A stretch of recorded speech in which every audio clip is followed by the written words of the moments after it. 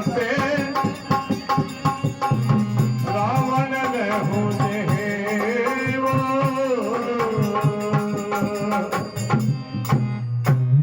आपको आई रावण पाताल लोक से चल करके और जहां शिव मंडप में रावण ध्यान कर रहा है वहां पर पहुंचता है।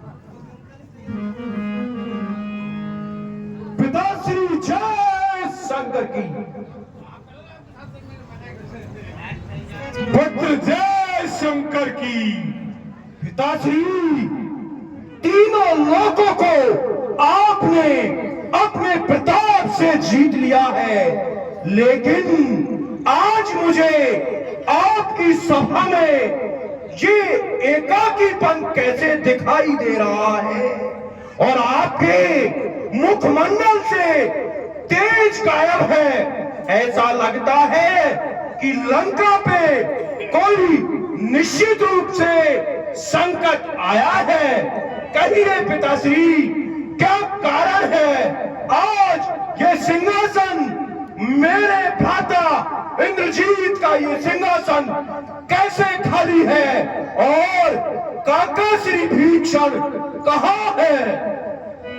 देख अहिरावण, तुझे पूरा वृत्तांत समझा कर कहता हूं। जो मेरी बहन शूर्पणखा थी, वह एक बार दंडक वन में विचरण करने गई थी।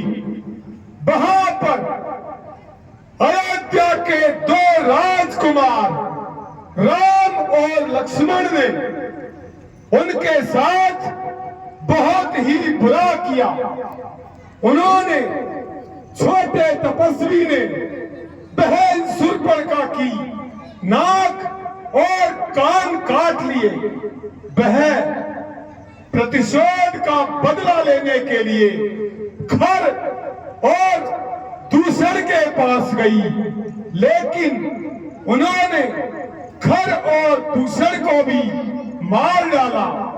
मैं सोचता हूं कि शायद इस रावण के लिए निश्चित ही उस नारायण ने अवतार लिया है, लेकिन अफसोस इस बात का है कि अगर वे मनुष्य हो गए तो मैं निश्चित ही उन्हें युद्ध क्षेत्र में जीत लूंगा। उनके साथ एक बहुत ही सुंदर स्त्री जिसका नाम सीता है, विदेह राज की राजकुमारी है। मैं सीता स्वयंवर से ही उससे परिचित हूं, लेकिन खर और दूसर के मरने के बाद भी जब शूर्पणखा मेरे पास आई तो मैंने उसे समझाया और मामा मारीच को कपट का मृग बनाकर मैं छल और बल से साधु का वेश धारण कर और उस जगत जननी जानकी को हरण करके और लंका में अशोक वाटिका में लाकर मैंने उसे बिठा दिया।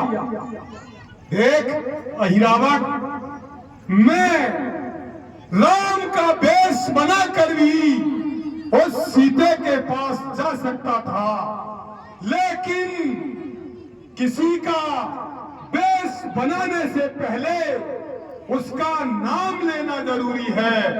और जैसे ही मैं राम का ध्यान करने लगा तो सीता में मुझे मेरी मां कैसी नजर आने लगी। मेरा ध्यान वैराग्य की तरफ जाने लगा। फिर मैंने ध्यान हटाकर और अपनी मुक्ति के लिए योगी का वेश धरा और सीता आज अशोक वाटिका में है। उन्होंने बीज और बादलों की सहायता से लंका पर चढ़ाई कर दी और जिसमें नरांतक, धूमकेतु, देव भक्षक और हमारे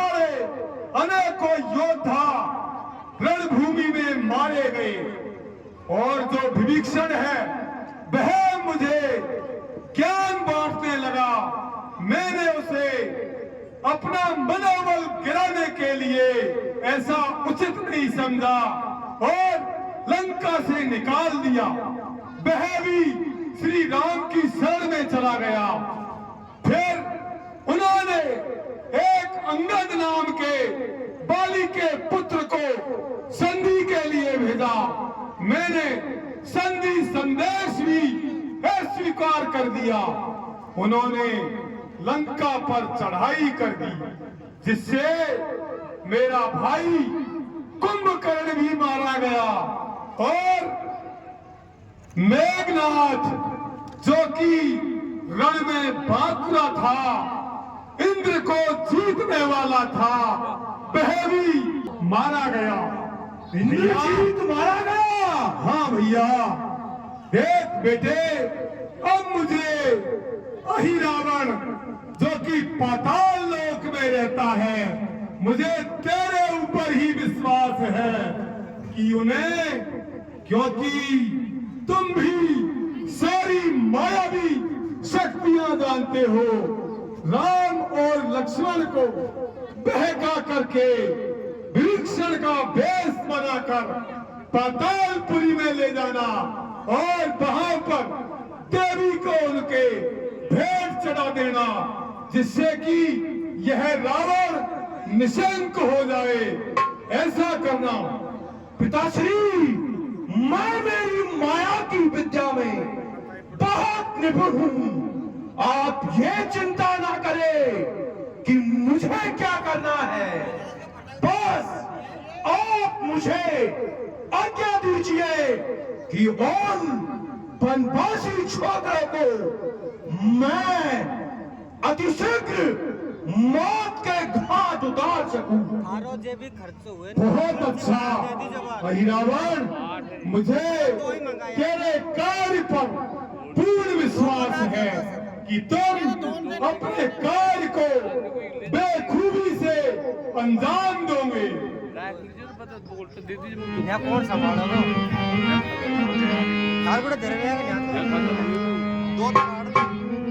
ले बताओ देवी बनी देवरा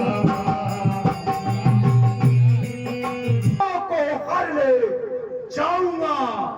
बलिदान मांगती है देवी, दानों को भेंट चढ़ाऊंगा। बहुत अच्छा अहिरावण। दासरी, आप निश्चित होकर अपने राजमहल में राज कीजिए। मैं अभी यहाँ से जाता हूँ और रात के मध्य में दोनों तपस्वियों को हरकर अपनी माया के प्रभाव से पाताल लोक ले जाऊंगा और वहां जाकर देवी के भेंट चढ़ा दूंगा। पिताश्री, जब मध्य रात में आपको अचानक ऐसा लगे कि कहीं सूर्य का प्रकाश हुआ है या मध्य रात में सूर्य उदय जैसा कोई प्रकाश दिखाई दे, तो आप समझ लीजिएगा कि आपका पुत्र अहिरावण अपने उद्देश्य में सफल हुआ।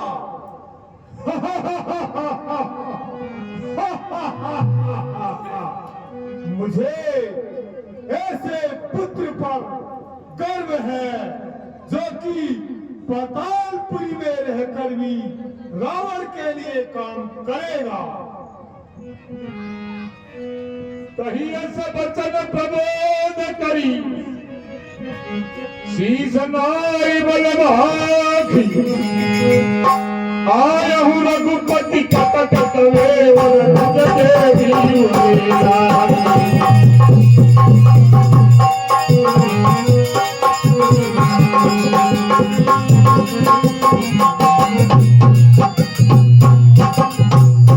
पिताश्री, अब मैं यहाँ से जाता हूँ और उन दोनों वनवासी छोकरों को कल प्रातः काल मुझे विजय श्री का आशीर्वाद दीजिए। हाँ प्रिय सज्जनों, भाई रावण, तुम अपने कार्य में निश्चित ही सफल होंगे। और वह रावण को सिर दबा करके अपने बल का बखान करके और रामाचंद्र की ओर चला आता था।